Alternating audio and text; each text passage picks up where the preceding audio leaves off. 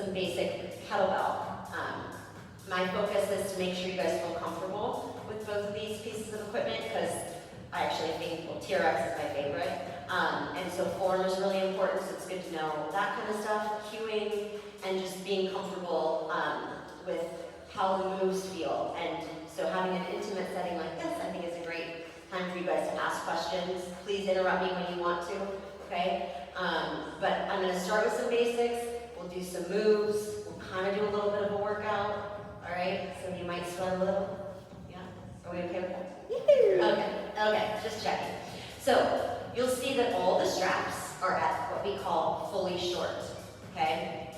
So one of the things that is tricky about TRX is actually knowing how to adjust the strap. When you guys come to class, it's always at mid-length, which is where this black and gray line meet. So if you take a look at your strap, this right here, that's mid-length. Okay, so usually we don't move it around a lot because a lot of the moves that we do, we have to be careful with the space we have. All right, so fully short is where I started it for you guys. See these black metal tabs at the bottom, okay? These are your adjusters. These are the way you shorten and lengthen. You take your thumbs, push down on those black tabs, and walk back. You'll see that the strap starts to move. Yeah, there you go. So where do you want to start? Well, for now, we're going to start at mid-length. Okay, so that again is where that black and gray line meet. Does anyone have trouble moving it? Wave me over, I can show you. How do we move it back up? That's a good question. You're always on top of things. So you do the same thing. You would take your thumb, push down, but then this time, pull it up. It's all right, see? That's why it's a 101, yeah. So that's mid-length, okay? The strap is attached to our anchor point. A lot of times TRX, you'll see an anchor point at a ceiling height, but this is great because we have the space for it to work on our pod. So if you travel, you can buy your own TRX. I was just explaining this, and you can literally attach it to a door, close the door, and do a workout. So it's very versatile, but when you're in a fitness center, you'll see it attached to an anchor point.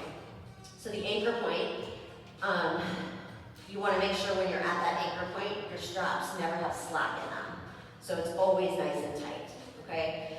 You either face your anchor point or you face away from your anchor point, depending on what body part you're moving, okay? When you're facing your anchor point, you make something harder by stepping closer to it. You'll feel the deeper challenge. When you need support, you step away. A lot of times, just similarly with weights, right? You can have a staggered stance. One thing that's super important is that you don't have a sag in your hips. You always want to be in what we know as a tall standing plank, okay? So why don't we all just for a quick moment face your anchor point. Make sure that the strap is nice and tight. Start with your feet together and then take a step in towards your anchor point. Squeeze your glute, brace your core. You should feel challenged by that if you're close to your anchor point, okay? Then take a step away, you'll feel that little bit of support, right? So that's essentially how you make something harder or easier. Same thing when you're facing away from your anchor point. So if you want to do that with me, face away from your anchor point, take a step in, you would feel the deeper challenge. So if you try, for example, to put your arms in front of you, you should feel a shake in your core, right? That feels too intense, you step away from the anchor, and you'll feel less resistance, right? So the TRX is all about using your own body weight as that resistance. So you know your body best, so you know when you feel you need the extra support or you need the deeper challenge, okay? The other thing is when you're facing your anchor point, you'll see that there's a little square TRX logo. When you're facing the anchor point and moving through, so for example, if I was doing a wide row, one thing I would do is bring my hips up, gaze up, you'll see the logo, that little logo at the top of the strap, that little square guy. You would always look at that logo as you're moving, okay? So this will give you tension in your back, not good, right? This is where you really get that engagement, and then also reduce any sort of tension in your back, okay? Never have your chin on your chest, so always look up. So that little logo kind of helps you. Does anyone have questions about that so far? No? Okay, easy peasy, right?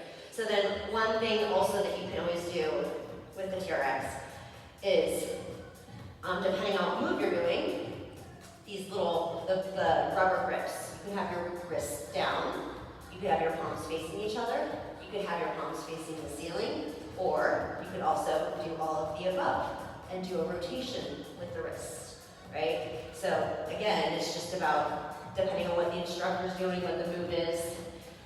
You also have these Velcro adjustments, which you can change to make them tighter or looser. Sometimes I prefer to do some upper body movements by using the Velcro instead of the handle grips, but they're actually for your feet. So we'll do that later, but you put either your heels or your toes into the Velcro. So that's how you get lower body. All right? Sound good? Okay. I have to look at my notes. I'm a note person. Okay. So, I guess just a few things. So what we're going to do is I thought we have this set up at mid-length right now. We'll do some moves mid-length, okay? I'll show you, I'll come around. If you have a question or it doesn't feel right, wave me over and I can see and work with you specifically or check the form. But we will go through a couple moves together. So I mentioned plank position, right? So you're always going to be in a tall standing plank, whether you're facing away or facing your anchor. A wider stance usually is also how you get a little bit more support. So I mentioned staggered stance, right? So staggered stance would be one foot just slightly behind the other. Usually most moves, when you have your feet to touch, is the hardest. When you want a little more support, you can also adjust your stance, make it a little wider, and that will help you. So that's just another tip, along with the way you move in or out, okay? I showed you the wrists, okay? One thing is, I said the strap, make sure there's no slack. A lot of times when you're facing away from your anchor point, so say I was doing a chest press, okay? I wanted to make it harder, so I step in towards my anchor point. The chest press, you never want your straps right here, rubbing against you. So you always want to have, again, no slack in the straps, and the straps are just above you. Want to try that? Let's try that real quick. Let's try it. Now this is a move, actually, you guys, that you could adjust the straps and make them longer, but we'll try it at mid-length, okay? So just take that moment. You're facing away from the anchor point. You find your appropriate form, meaning what is your distance? Do you want to take a step in and make it harder? Or do you need some support and say, oh, you guys look good, yeah. See, you feel it? Your elbows come nice and close, yeah. At that 45-degree angle, exhale, extend. So you want to make sure that the strap is never touching your arms. So you can pull away a little bit. Yeah, you feel that? Yeah. Yeah. It's no joke, right? Yeah, you can check the form right here. Look at Gina, she's got it. So the strap is, yeah, it looks good, guys. So strap is nice and tight. Make sure your chin is off of the chest, right? You take that moment to really figure out, do you want to be closer to the anchor? Also take a moment, widen your stance. Take a couple wide stance and then take a couple with that narrow stance and just see how the difference, how it feels in your body. Either way, you're getting a serious core workout here, right? So,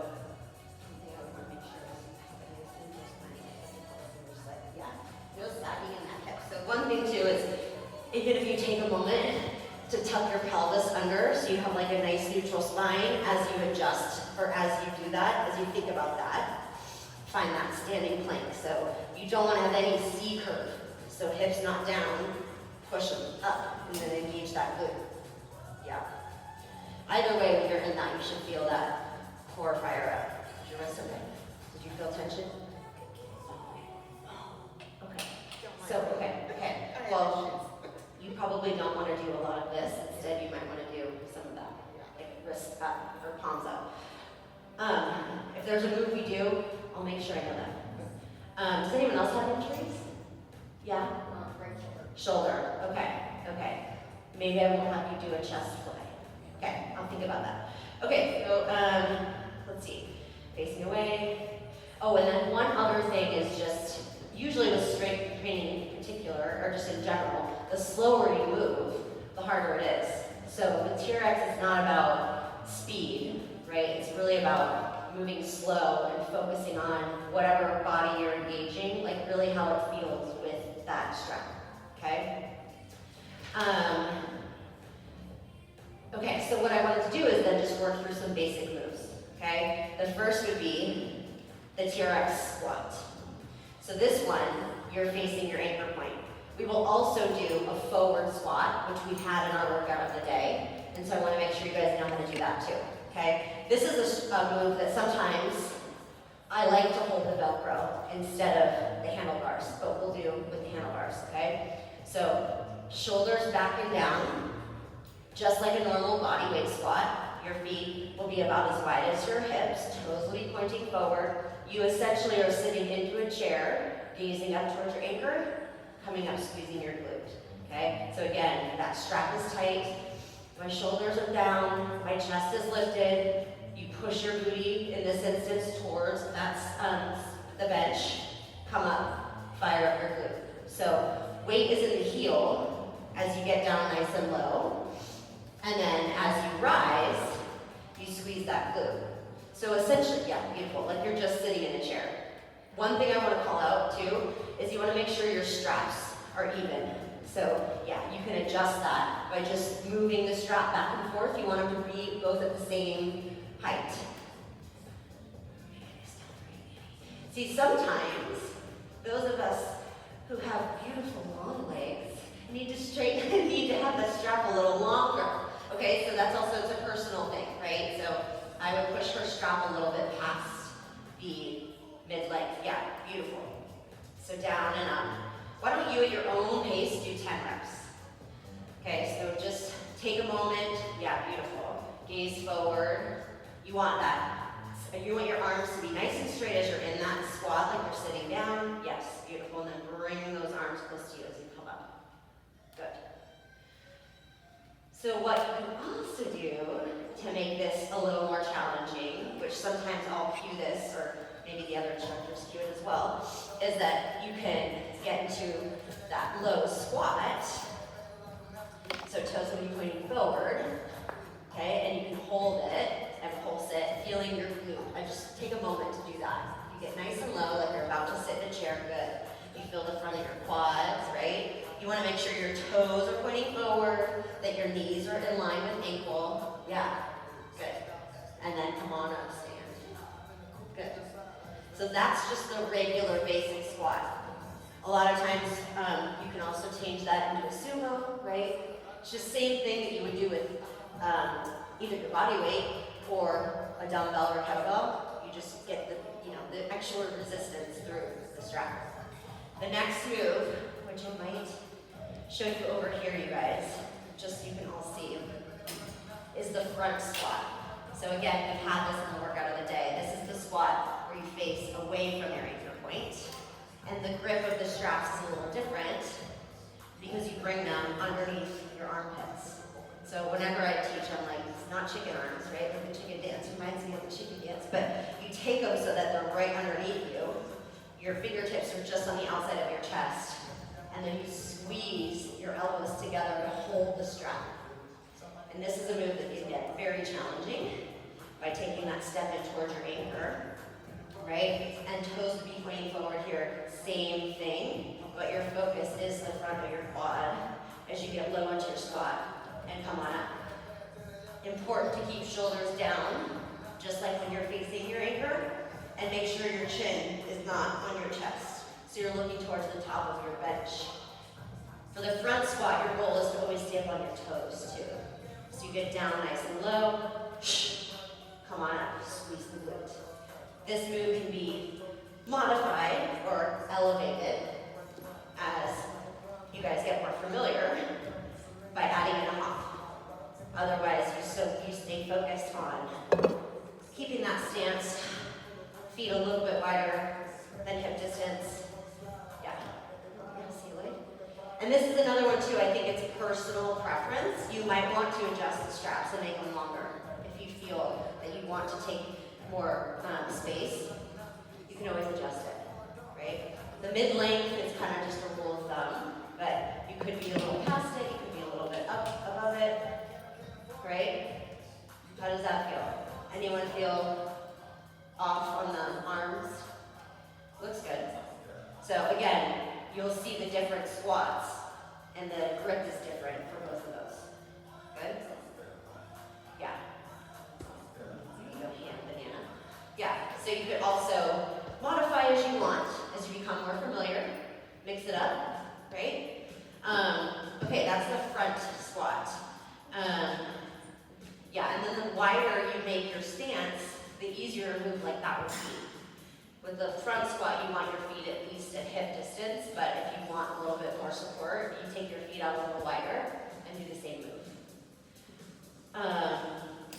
And then again, it's just the importance of finding that tall standing plank. Anytime you feel tension in your back, it's because you need to readjust and take that moment to really focus on bracing your core and making sure there's no little curve in your spine. That's where the instructors are here for, right? So if anything feels off, you wave us over, we can help you evaluate how your stance is, or just as you become more familiar with using it, you know yourself, right? So what I wanted to do was a couple of the rows too. Most of the rows you face the anchor, but there are some rows that you face away. The rows are usually also at mid-length. And you, again, can find a staggered stance. You can take the step in to make it harder, step away. Either way, no slack, chin up, face your anchor point. So the first one I want us all to do, but take a moment, none of this, right? Squeeze the glute, lift your chest, push your shoulders back. For this row, it's a close row, okay? So the close row, you would have your fingertips facing each other. Just like you would row with a dumbbell, you would keep that same form. So keeping your elbows close to your sides the entire time. And again, with the TRX, the slower you move, the harder it is. Now the important thing with the row, you could also be on your heels for a row, by the way. But that's just a personal preference.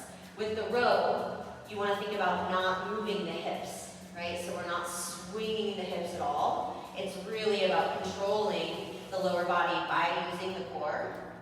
Yeah, good. Nice, Lisa. And then squeezing those elbows close. So you should feel your bicep fire up. Yeah, that's any good. Nice.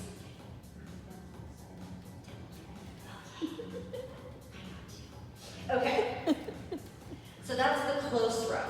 Another row, still facing the anchor point, would be with the fingertips up. So same thing, checking the form, squeezing the glute. This time your fingertips would be facing the whole time.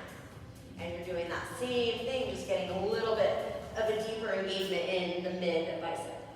So we can try that if you want, and just feel the difference. You're still working and activating the bicep in both of them, but just feel the difference in the grip.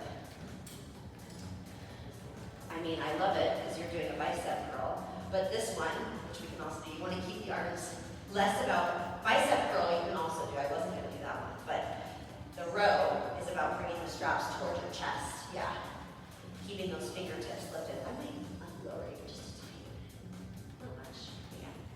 Yeah, yeah, good. So same type of thing, right? But you just have your fingertips up. This is something that if you have wrist issues, I would actually say you do maybe the close row instead of maybe a flipped up row, because it might give you a little bit more tension on the inside of your wrist. So that's those two rows that face the anchor point. All right, I'll show you now the wide row, which faces away from the anchor point, just so you can feel the difference in those two moves. So, I'm just kidding. I was going to do the chest press, I got confused. The wide row is this way. Okay, so similarly, right, facing the anchor point, this time you wide row, just like you would with dumbbells, but squeezing those blades together, driving your elbows towards your bench in this case, and then slowly lowering. So you could also, just like with when we just do regular weight training, change the momentum, like do an up quick and then a down slow. Usually just, focusing on your own body strength, your own body weight will really help with your challenge. And again, taking a step in, taking a step away, yeah, good. So exactly right, yeah, squeezing those blades together right at the top of your row. And maybe this next rep, do one more rep and do a low release, so slow release. Take a quick row in and then do a really slow release. Yeah, feeling that difference, right? Quick up, yes, good. And then slowly lowering. Yeah. Ooh, you guys look good. Any questions on those? No? Okay, so I was thinking we can move on to the two chest exercises that I think are challenging and that the grip is important. So the first would be the chest press. So most of our chest exercises we would face away from the anchor, okay? So we did the chest press earlier, making sure that that strap is away from your arms, okay? Again, widening that stance will give you a little bit more support. Either way, your chest should fire up, right? Core braced, glutes squeezed. The other one is a chest fly. So only difference now is the fingertips or the palms are facing each other. Again, you don't want them down on your arms. You want no slack in the straps, and the straps are facing, or they're off of your shoulder rather. So you come out wide for your fly. It's no joke. So why don't we try to do a chest press, which would be fingertips down, shoulder blades engaged, push your strap away, then bring your fingertips, palms to touch, and then find your fly. Just focusing on those two. Do as many reps as you feel you can. So again, sometimes these straps, it's not a perfect science. You don't have to necessarily stay at mid-length just because that's where everyone else is. You adjust it based on your own body, right? Ooh, good. So chest press, palms down. Then bring your palms to face each other, and you find the fly. Both are chest activated, obviously, but just feel the difference in, yeah, beautiful, yeah. You want to maintain a soft bend in your elbow as both. Yeah. Ooh, good. Do you feel it? You guys feel the activation? So maybe just to see the difference, because you're all in, like take a staggered stance. So try both of those with one foot in front of the other. Do the same two moves. Chest press, good. Changing the grip so that fingertips face each other and finding the fly. Yeah, beautiful. Look at Gina, look at Hannah. Yeah. So you've got that staggered stance. You should feel a little bit more support. If you don't, let me know. Do you feel a little more support with one foot in front of the other? Yes. Okay. Because that's also just a tip for when you can either, again, move in closer, move away, or stagger your stance. All right? You guys can moving on for another move, another basic move. So one of the other moves that I personally love to do is the standing rollout. Now this is all core. You would start with your arms in front of you and the feet touch for this move. So you start in just a nice tall position, but then as you roll forward, you find your plank. And then you roll right back, right? So this is just a good core engagement. You should feel a little bit in the shoulders, but mostly your core. You can also stagger your stance for this one too, but this to me is just a really good core. Fire up. So take a few. You want your bicep to roll up to your ear.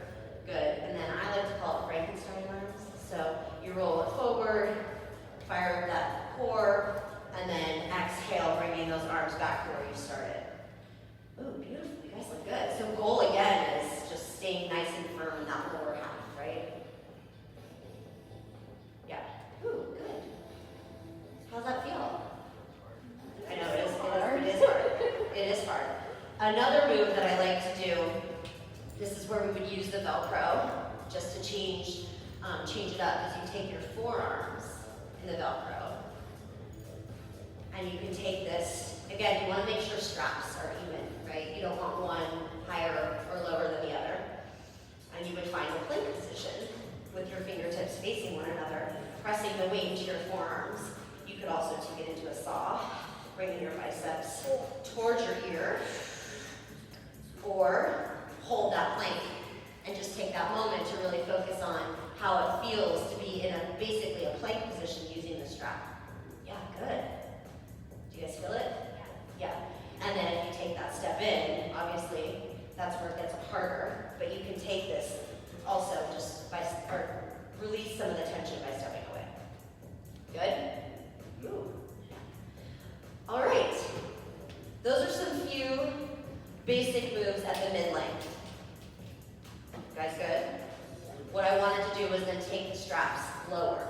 we would do a couple moves on the ground, which we sometimes also do in the workout of the day.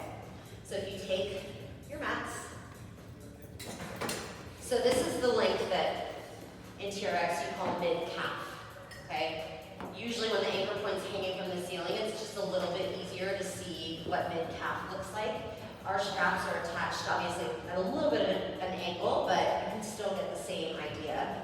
What you normally do is stand like so, next to the strap.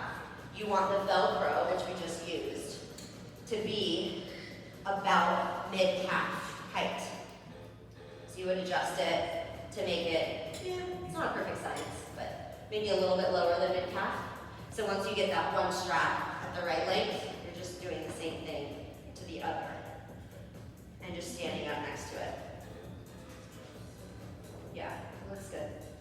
Again, it's not a perfect science, but the general rule of thumb is mid-calf. So you can either have your heels in the Velcro or your toes in the Velcro, okay? Depends on what body part we are working. So the first one I wanted to do was with our heels in. So you would, in this instance, face the pod. Usually the way you kind of get into this position is, I like to say it's you're holding your stinky socks up, or my son's stinky socks up. Taking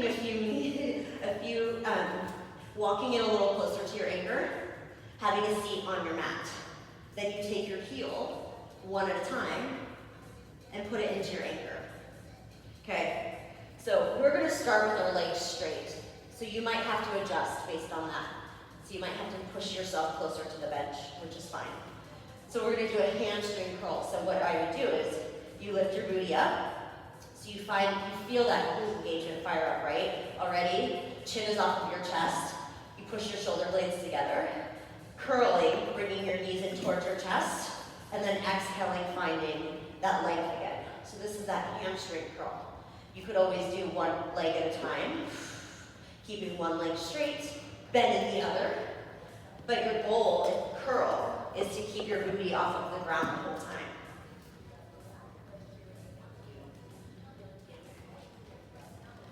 Wave me over if you want. So, yeah, make sure that when you start in this move, you're extending your legs straight. Take that moment to press all the way into your heels. Once you're there, lift your booty up off the ground. Now, you could always drop your booty to the ground. You're still going to get that hamstring engagement with the booty down, but you make this harder by lifting it off the ground. Yeah.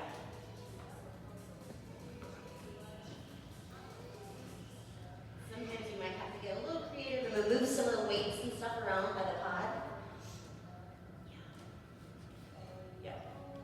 Yeah, there you go. Now bring your heels in towards you, or knees in towards you. Ooh, there you go. Yeah, it's no joke. But do you guys feel that? Okay. Immediately, yes. Okay. Yes. Another move you can do with your heels in is just a straight up glute bridge. So we do that a lot in class, right? So start with your booty down, and then lift your booty up. Lift and lower, keeping it soft, bending that knee, right? So you've got that bridge. I know, it does. It hurts so good, right? So if you want to take a moment, look up over here. So for that bridge, what you would do is keep that bend in the knee, pushing the weight into your heel, lift and lower. Like, take a moment, you'll feel just how different that engagement is, that move, with the strap. It really does make it a lot harder, in my opinion. I don't know if you agree or disagree. You have every right to agree or disagree. Does that feel, you guys feel it? You guys, yes. Okay. So the different moves there is, one is obviously focusing on your hamstring. When we take it into a bridge, the focus is your glute, right? So then, you can put toes in. So, toes in the strap. I'm going to cheat. This wasn't how I was trained to do it, but you would start with your on a knee, take your toe, one at a time. So again, lots of ways you can get creative with your toes in. One of my favorite, and literally I think one of the most difficult moves, is a plank. Where you lift your hips up and lower down. You could add in a nice little push-up. But similar to what you just did with your heels in, you're now pushing the weight to your toes. Yeah. So essentially think if you're doing a down dog on the strap, driving your hips up to the ceiling. Yeah, you can take it in your forearms too. This move is not for everybody, so if you don't like it, that's okay. I just wanted to show you the different ways you can use it. Oh, there you go, Lloyd. Woo! That was awesome. That's the first time I've ever done it after a million times trying. Good for you. Let's give you a round of applause. Amazing. I know that feels weird. Yes. I do it. I'm trying a lot. It's really hard. That might be the more that I do. Toes. Oh, got you, yeah. So you could use the Velcro strap, so you're pushing, or the handlebar, so you're pushing your heel into that. Yeah. It kind of helps keep the strap a little bit more stable. Yeah, it's not an easy move, there you go. It's not an easy move, but just something to try. You could again just take this move and turn it into a push-up, driving your hips or driving your toes into the strap, right? That's toes in.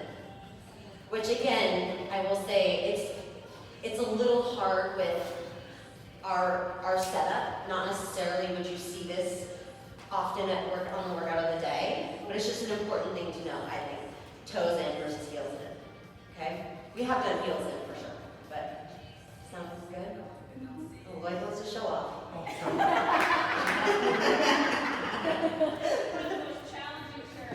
Yeah. That's the only one that you do.